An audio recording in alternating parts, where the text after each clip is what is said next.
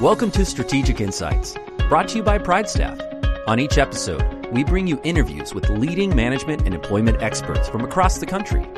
Your host for Strategic Insights is Brad Smith. And now, here's Brad.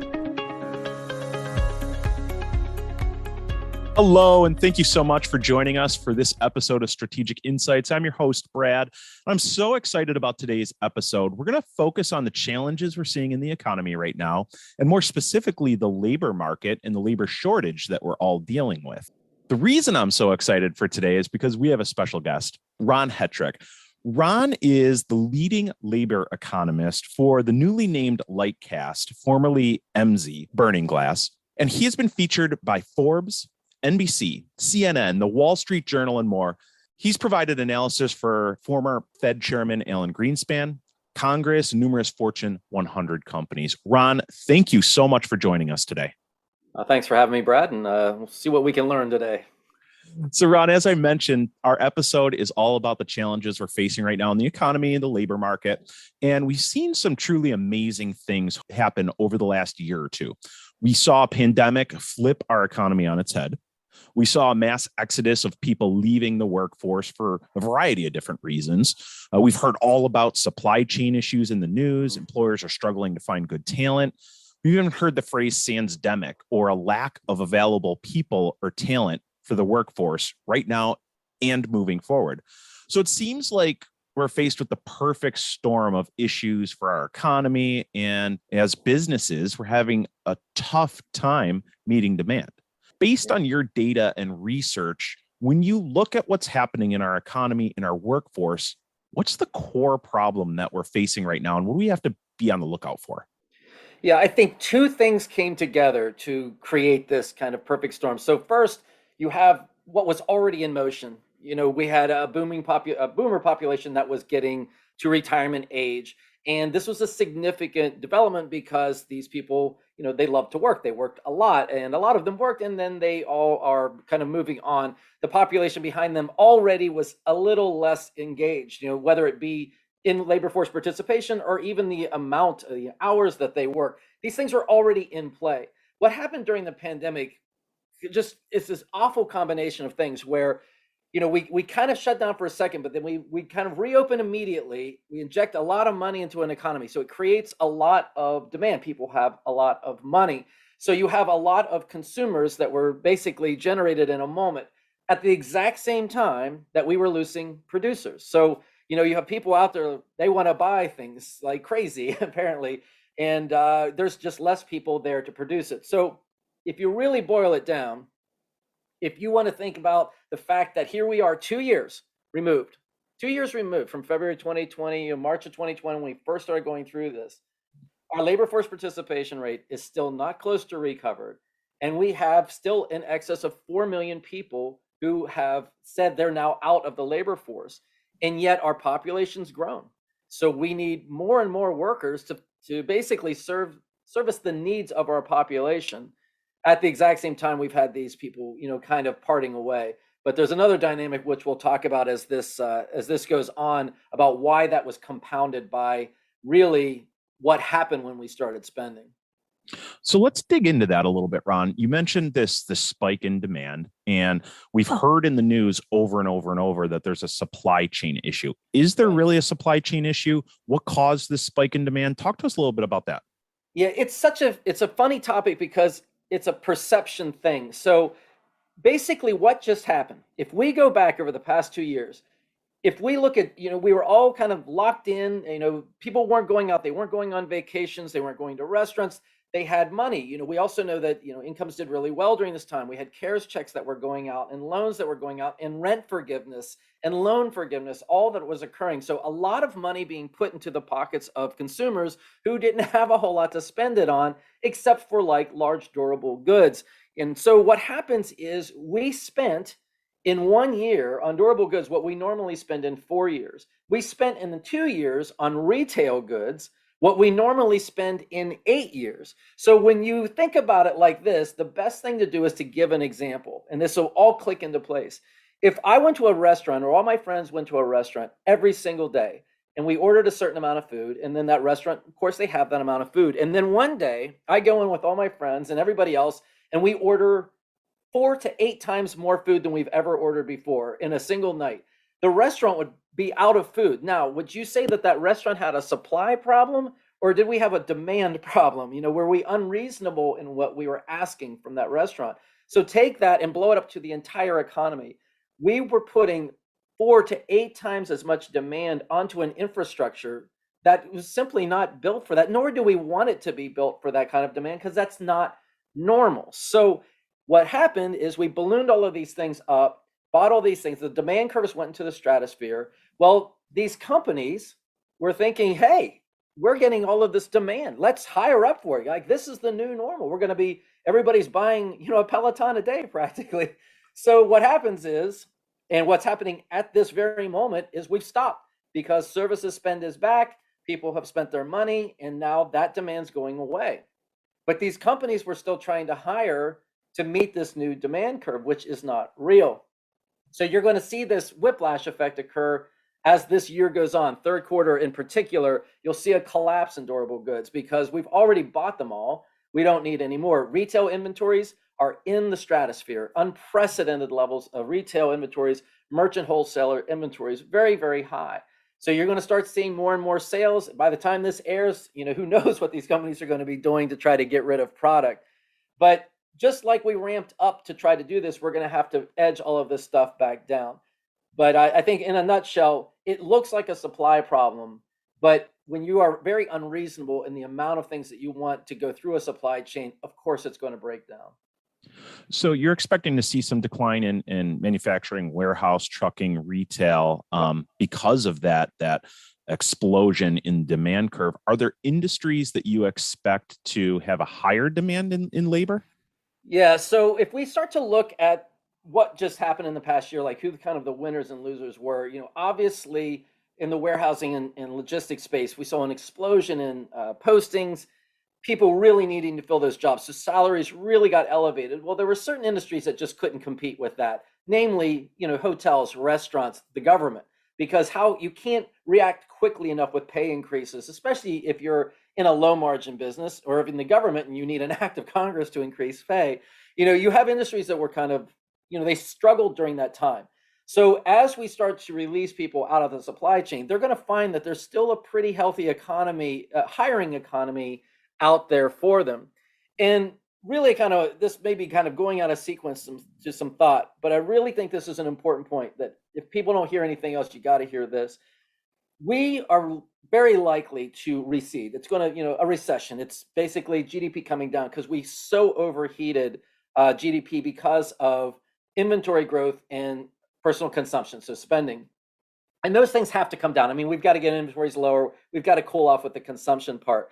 Well, in a normal recession, we see a lot of layoffs. That's why people hate recession. They hate the word recession. They have these images of all these people losing their jobs.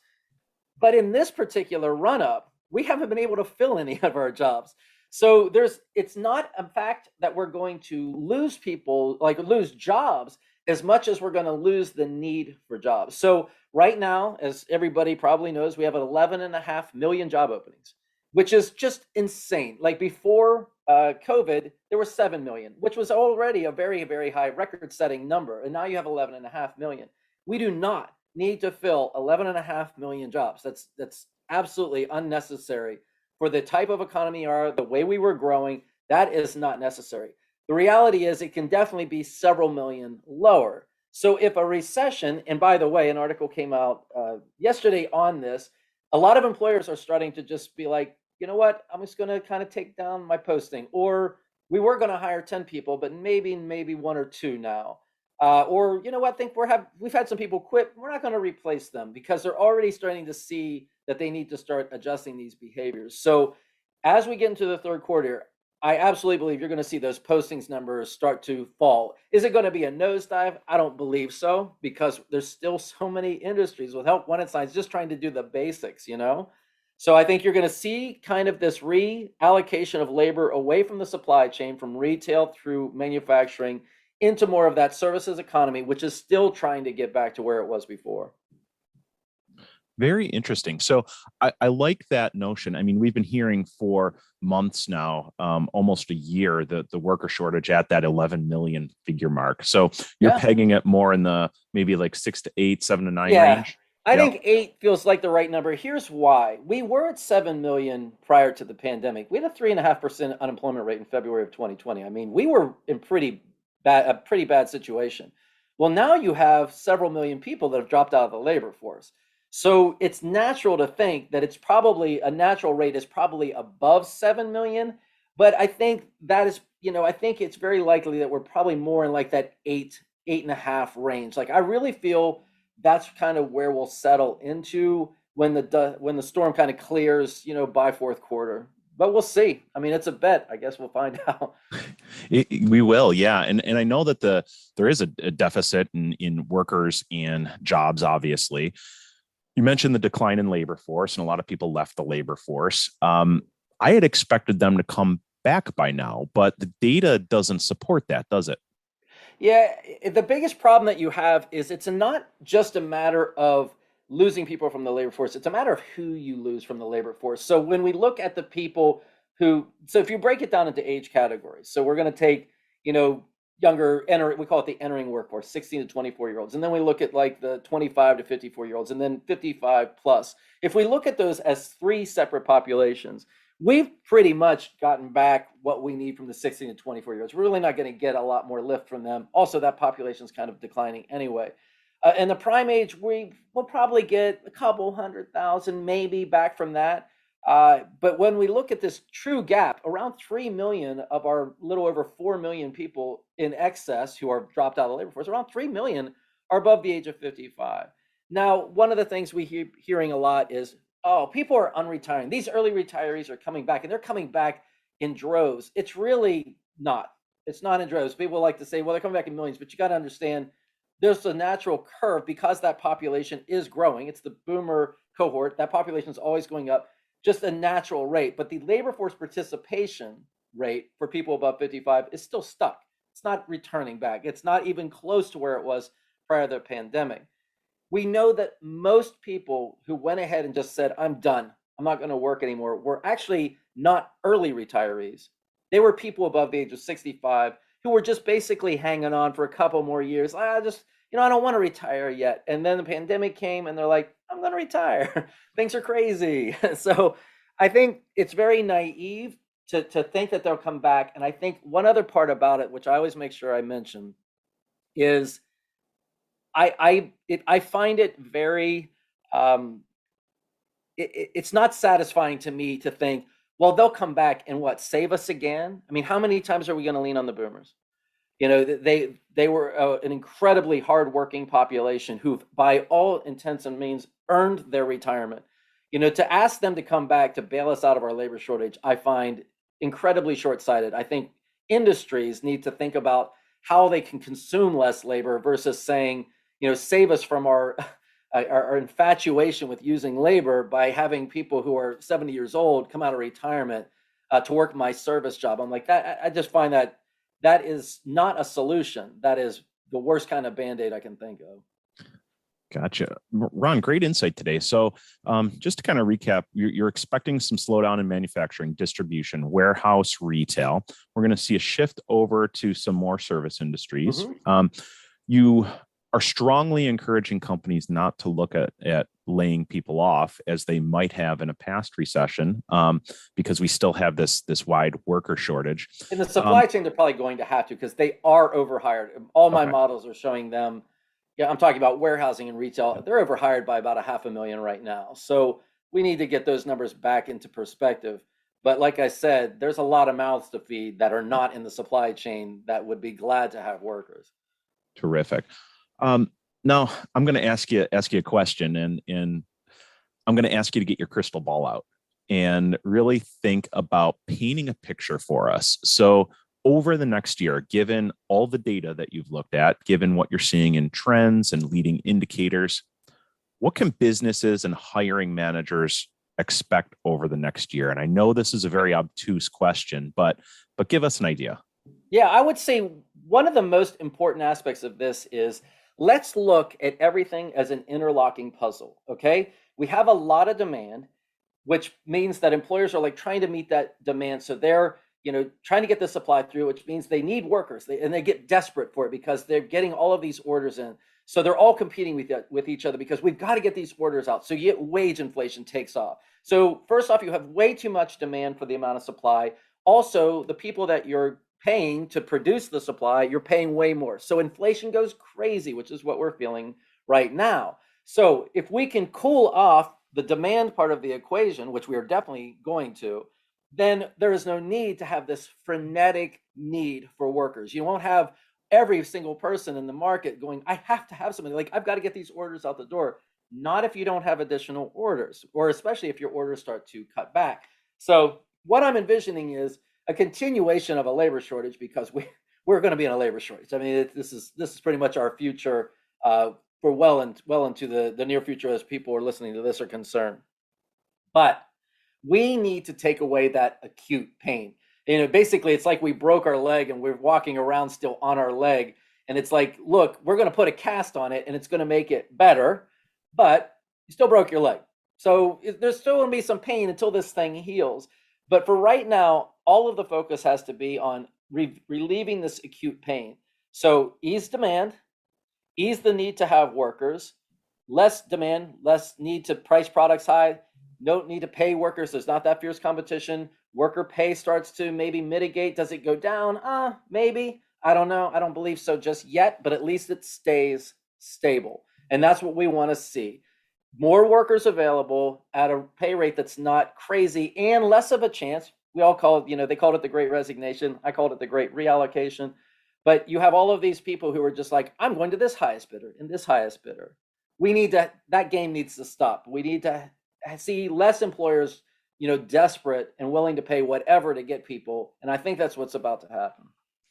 Okay, so it's safe to say that we're going to cool off just a little bit, but companies need to still be strategic in their recruiting and hiring models. Look for ways to potentially supplement full-time staff with some flexible workforces so that they can adjust to changes in our economy, in that demand curve, the supply curve, everything else. Yeah, it's a no-brainer, really.